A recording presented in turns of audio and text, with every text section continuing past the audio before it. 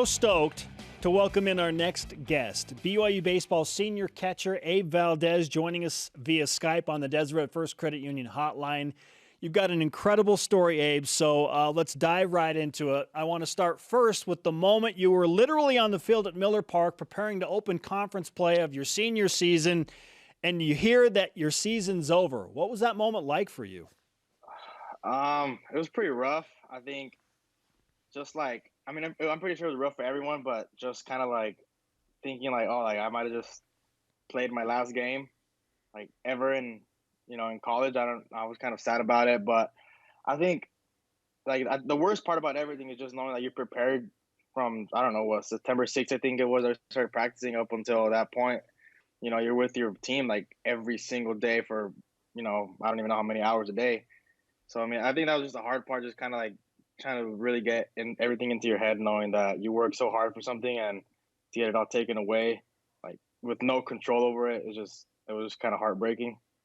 Then the NCAA comes out and they rule that seniors can return if they were in a spring sport. Baseball is a spring sport, of course. So have you made a decision about whether you'd like to return, and what's the conversation been like with BYU? Yeah, I decided I'm going to come back. There's a couple reasons. Obviously, I want to finish my senior year, and I'm pretty sure you guys heard about my story with Coach Alto. So those are kind of my two big reasons, and plus, I got to finish my degree and stuff. So there's a couple factors that play in, but yeah, I'll be coming back. Well, that's great news. That's great news. Yeah, we didn't know until right now. Let's go. And we thought there was a chance, but that's awesome. So yeah, let's dive into your story a bit. So John Altobelli, people know his name because he's one of the individuals who died in the helicopter crash involving Kobe Bryant. You have a connection to him. Tell the people the connection you have to John. Yeah. So me and Coach Alto, I didn't know him personally. But when I was at my junior college, my school and his school played in the preseason.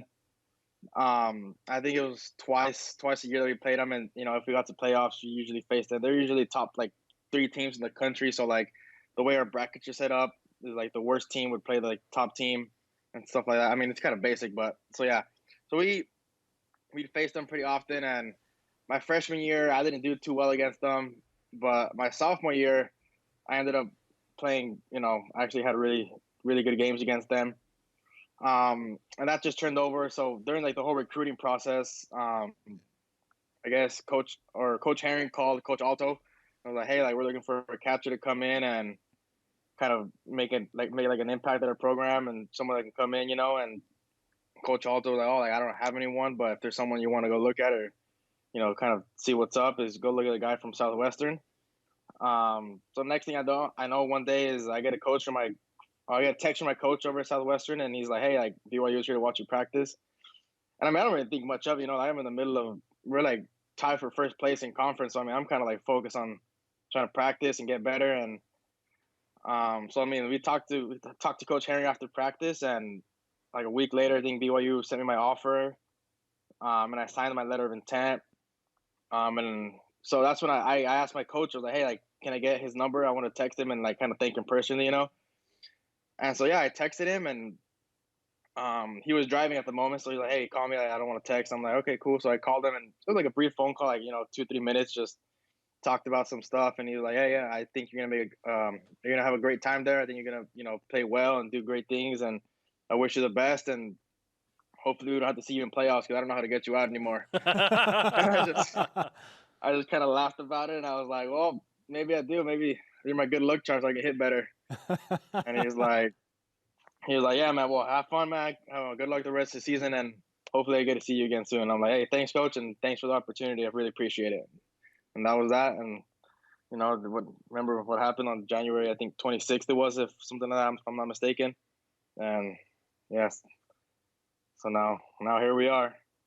And you said he's part of the reason you want to keep playing baseball. And I want to point out, he's at a rival school, and you're both competing for a championship. And then he says to the BYU baseball coaches, and I quote, he's a hot-hitting, strong-armed catcher. You definitely want to take a look. So because of what has happened and given the rival scenario of that, how has the context of that all influenced your life? Immensely. It gave me the opportunity of a lifetime to be at BYU. I think anytime a coach can go out of his way, I mean, in my opinion, it meant more to me just because like it's really tough in a situation where like a school is calling you asking for your own players, and you go out of your way and you offer someone else that like you're competing against. Like we beat them at their own field, and like instead of saying all like he's not good, like any other state, any other catcher in the state, like he could have been like, you know what, like he didn't beat us, so I'm gonna offer him instead. But like the fact that he offered me, it kind of like speaks volumes, So that's kind of a big reason. Like this year, I kind of wanted to like it was like I'm gonna play for Coach Alton. Like, I want to prove him right that he made a good decision and stuff. So that's kind of like a little chip on my shoulder that I play with now, just because it's kind of a special thing that I carry with me in my heart. Absolutely. And emotional when you think about everything that happened, obviously, with him passing away in the helicopter crash. Let's talk about your season this year. I was impressed that you square up to take a bunt and you get hit in the face, and you only miss one game. What in the world? Yeah, I don't know about that one. I don't know how smart that was, but honestly, it felt like at first it was kind of weird the way everything happened. Because I remember being at the hospital and I'm just like thinking to myself, like, am I gonna be able to play tomorrow? Like there's no way my swelling can go down in like 24 hours. So I don't know, but I just iced. I think I iced for like icing maybe every single hour for like 20, 25 minutes. I'm just like, I'm gonna do everything I can to try to play tomorrow.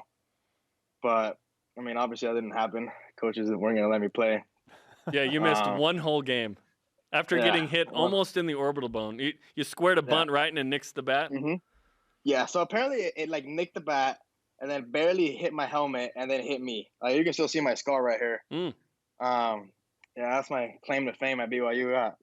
Nice little, almost broke my face. It required 5 stitches. It makes you look tougher. Yeah. And you can always just put eye black on it, right? You're just eye black. Well, Let's go.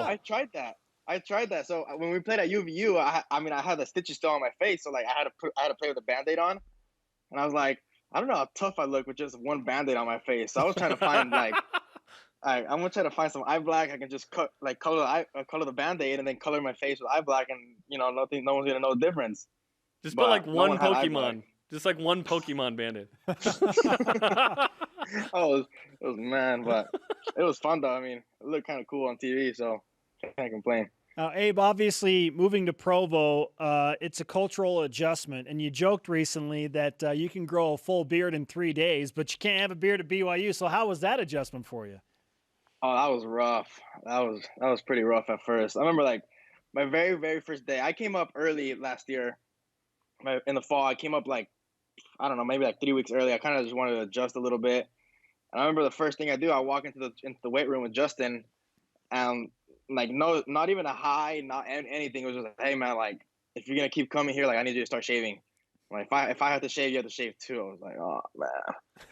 And so I'm like, well, I'm just gonna shave my beard then, and then just keep my mustache. But I looked a little too Mexican for myself. I was like, man, I feel like I'm walking around and I look like I have a Mexican flag just like stuck to my forehead. So I was like, I'm just gonna shave it all off. But it was rough. Like I get really bad like razor burns and stuff. So at first it was kind of hard. Like I think I went to like 7 different types of razors just trying to figure out which one was good for my face. And I still don't really like it too much. These are real sacrifices. Yeah, and Viva El Tri, man. Come on. Wear it, baby. Yeah. El Tri, all the way. Let's go. I'm loving life right now, though. I don't have to shave. I can just keep my beard. It's so nice. That's just between us. Abe Valdez with us on BYU Sports Nation. Well, we're obviously super stoked that you're coming back to play for Mike Littlewood and BYU Baseball. What are the Batcats capable of next season with you back in the lineup?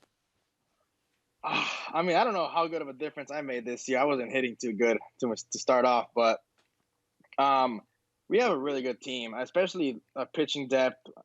We have guys that are just unbelievable. We have Cy Nielsen, a freshman, Justin Sterner. Bryce Robeson, he came in and was like shut down for us. Jared Lesser, of course. So, I think coming back, we have a really good foundation in terms of what we can do from the pitching staff. Everyone saw how dominant we were. At least from the pitching side. I think hitting we have the potential to be, one of the best hitting teams. I personally think so. I mean, in the fall we hit off each other in inter squads, and we're, lighting each other up. It's like, so I mean, we know it's there. I think what happens is, like, you have so many freshmen in the lineup, and they've never, really played in front of so many fans, or never really played in that type of environment where everything speeds up. So, like, their at bats just kind of speed up, and you see that their age kind of started to catch up to them.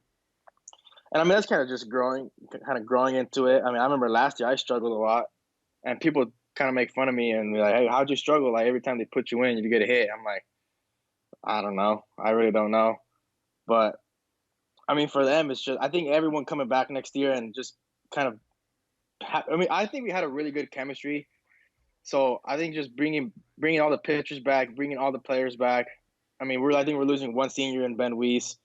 So I think it's gonna be good for us to be all together again and just kind of build off the strengths that we had this year, but also build off and be able to recognize where we could improve on.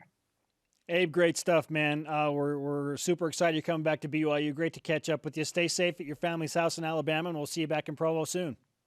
Sounds good. Thank you. Thanks for having me, guys. Stay safe over there, too. You got it. Absolutely. Abe Valdez on the Deseret First Credit Union Hotline. Deseret First, you know why, we show how. He's awesome, man. I've never spoken to Abe. That was fun.